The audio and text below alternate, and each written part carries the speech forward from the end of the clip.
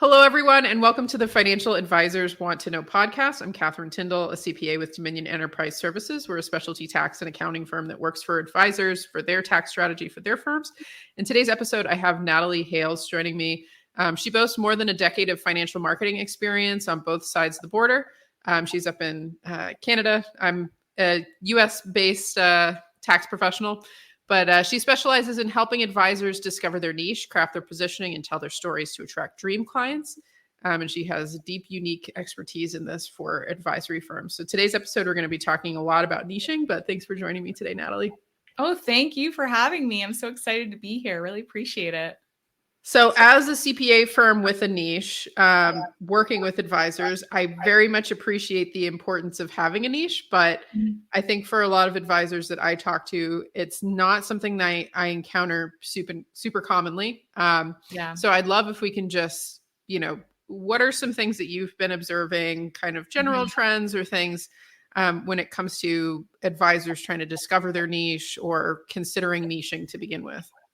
Yeah. And I mean, in Canada, it's probably even less so, which is funny because, I mean, some of the most successful advisors that you see, they have a niche. And the stats are supporting that. And, it's funny, I was just creating a post about kind of my experience at MDRT and just walking around there and seeing some of the most, successful financial advisors around the world, and they have a niche. And so a lot of the presentations even that they were putting on were talking about their niche or how they've done things. And so I think it's becoming more popular, thank goodness. But I do think that it's so important for advisors to have a niche, to be able to speak to their audience directly and connect with them on a one-on-one level so that they can actually reach, have empathy for what they're going through and reach the right people.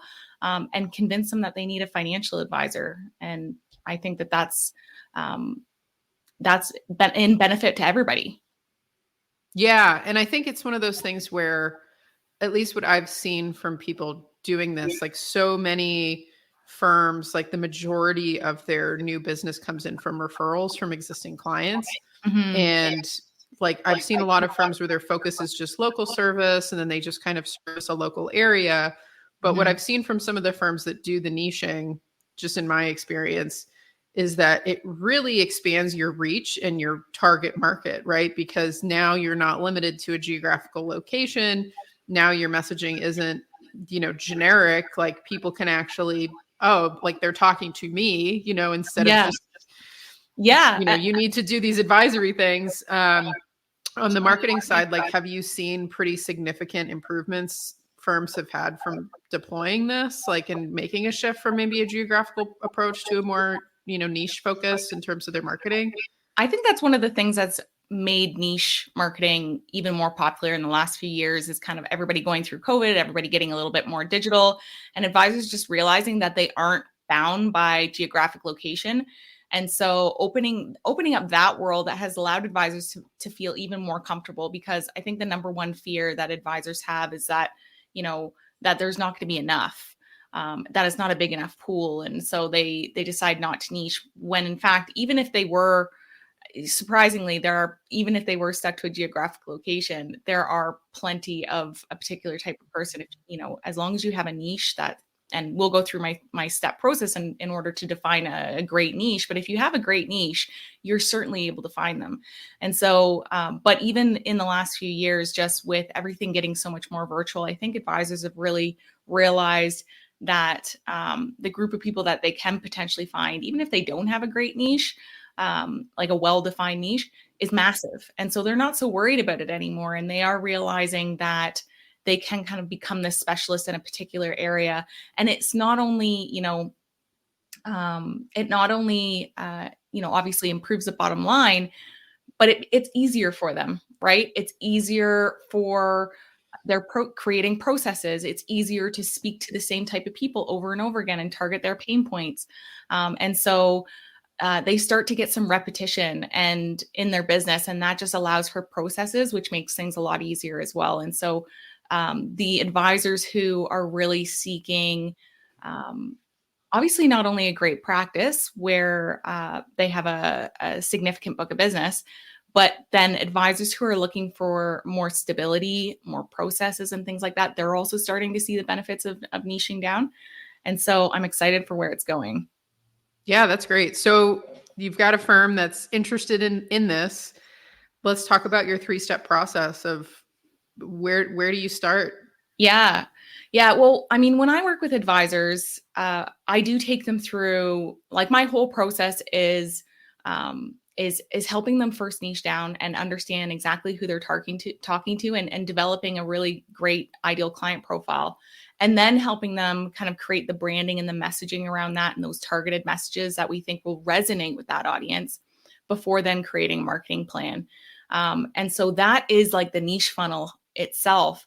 But when we are in those first few weeks, kind of in the consulting phase and kind of doing identifying who they're, who is the best people that they can work with, I do walk them through a bit of a process to first do a deep dive into them, right? I do need to know a lot about them, a lot about their business, because I want to help them combine, what they love with what they're good at and then how they make money, right? So that's where I do like a deep discovery, but I'm also listening for the story, right? I'm listening to what have you been through in your life? How can you relate to people? What's the story there that we can potentially create? But I do then take advisors through a bit more of a logical process to make sure it is in fact a really great niche.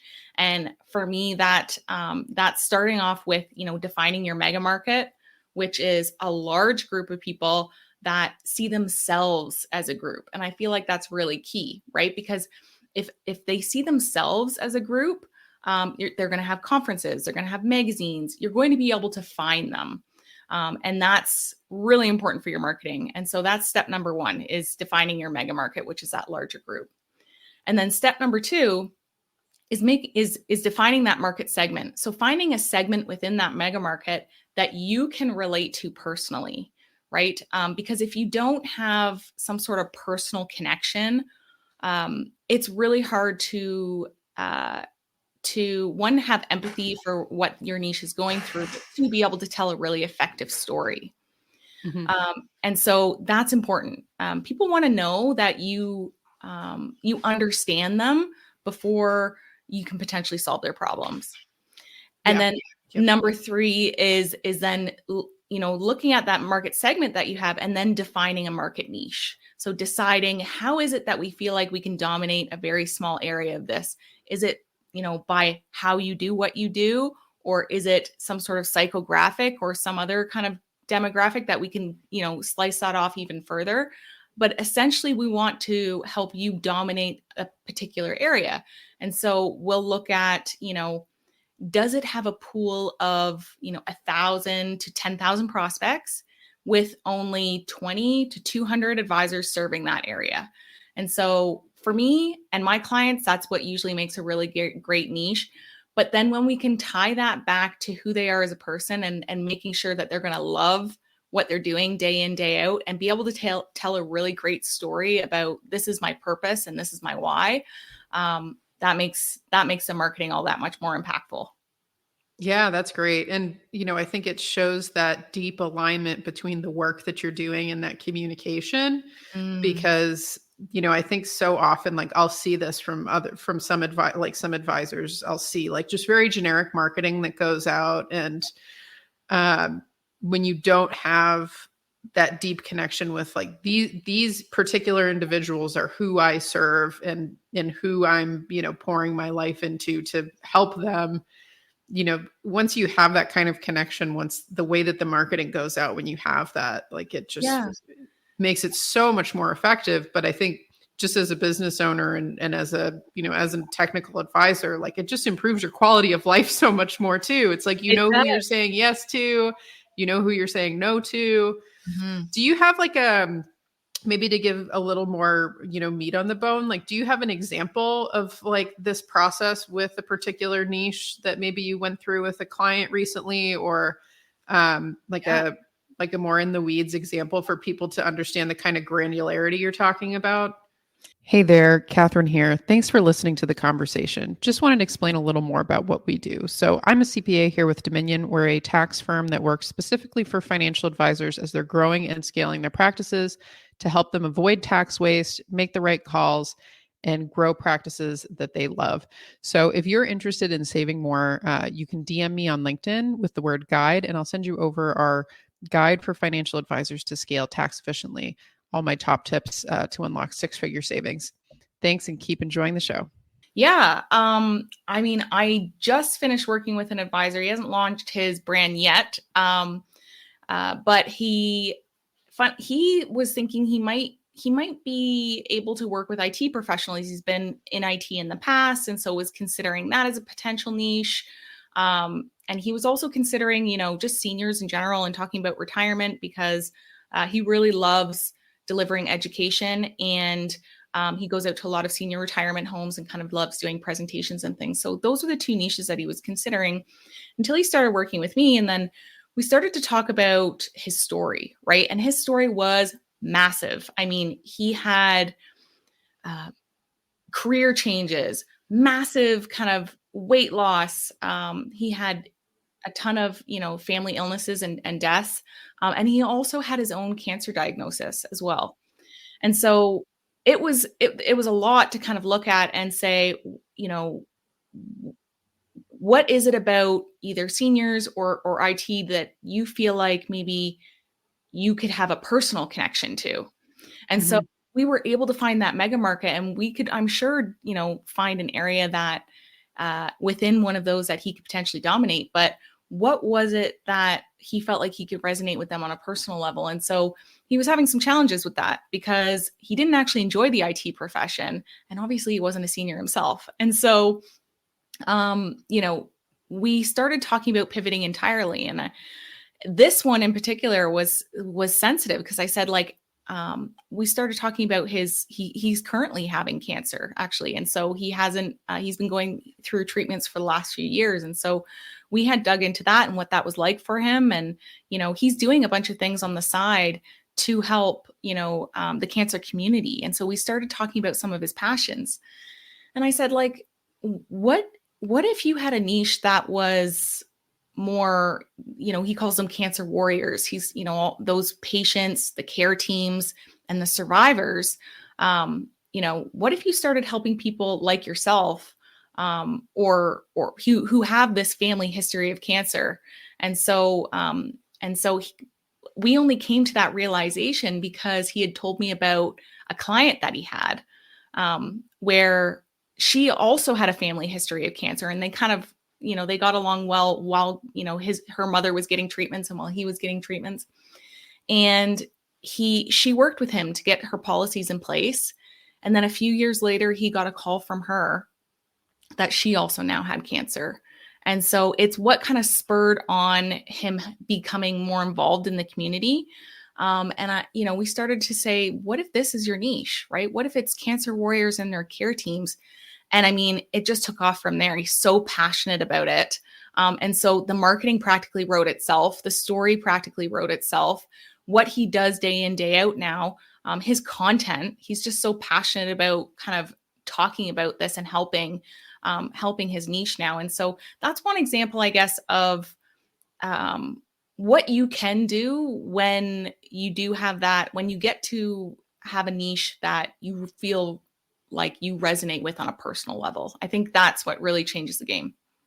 Yeah, no, that's great. And that's such a specific thing that you wouldn't think of that being a niche, but it makes total sense with his story. And then at least maybe on like a less human element, more tactical element of, oh, they're easy to find. Like they're in associations, they're going to things, they're reading certain books, they're watching, when you're going through that kind of you're Googling certain things, like, it's like, they're easy to find, like they collect up in a group and they have a very specific need set that's going to be probably I imagine fairly similar across people going through that experience because it's just so life altering in very specific ways, and the kind of planning that you have to do when you're in that situation, you don't know what's going to happen.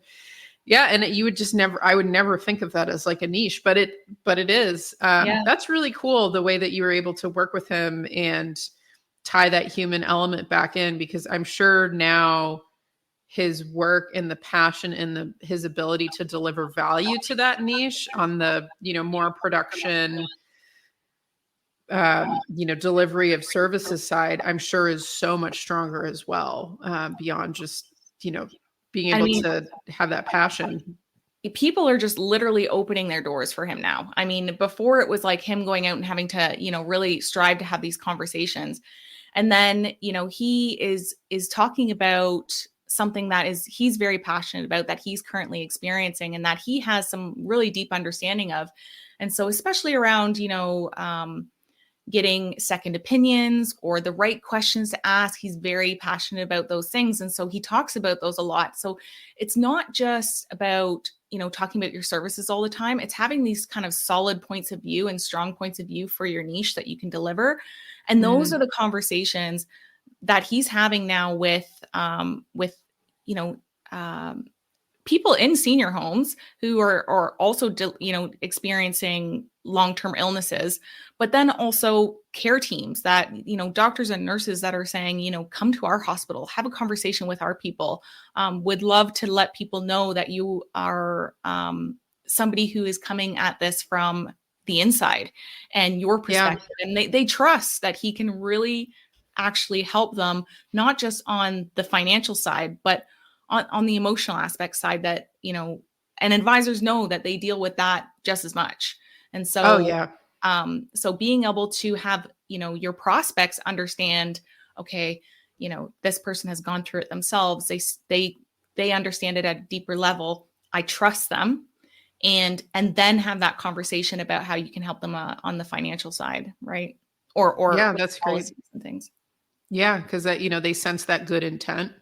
Yeah. And that's, it's genuine. That's great. Well, so for advisors who are interested in going through this process themselves, I know that you have a course that's available on your website.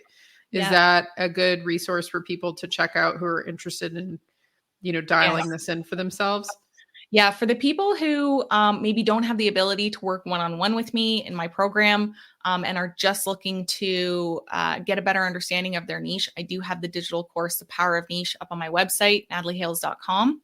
And that will help walk you through those 3 steps, give you workbooks, give you kind of validation checklists that you can make sure that this is, this is a really great niche, that it's going to hit, not only kind of doing that deep dive into you as a person, but then also hitting off kind of what makes a mega market, what makes a market segment, what makes a great market niche, and just going through those 3 things in depth to make sure that your niche actually checks all of those. And so, that will give you the videos and the workbooks that you need to walk through that. But anybody who's interested in a little bit more to do the niching, plus the brand messaging and like the marketing strategy and 90-day action plans, they still have to work with me directly. I haven't gotten to put out a digital course for all of that just yet.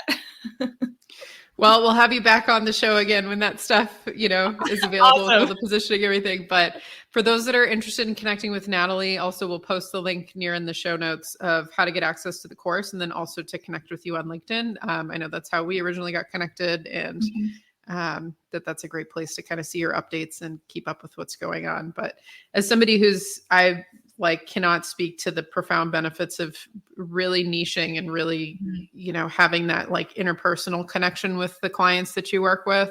It just makes such a profound difference in the way you run your practice, the way you create your marketing content, and then your ability to create value, whether or not somebody's a client, because you can produce marketing material that really helps people rather than just being, trying to get somebody to come in the door, and people sense that intent. So thanks so much for joining me in today's episode. And for those listening, there'll be links to the show notes around for how to get in touch with Natalie, how to get in touch with us. But thanks for, again, joining us on the Financial Advisors Want to Know podcast. Thank you.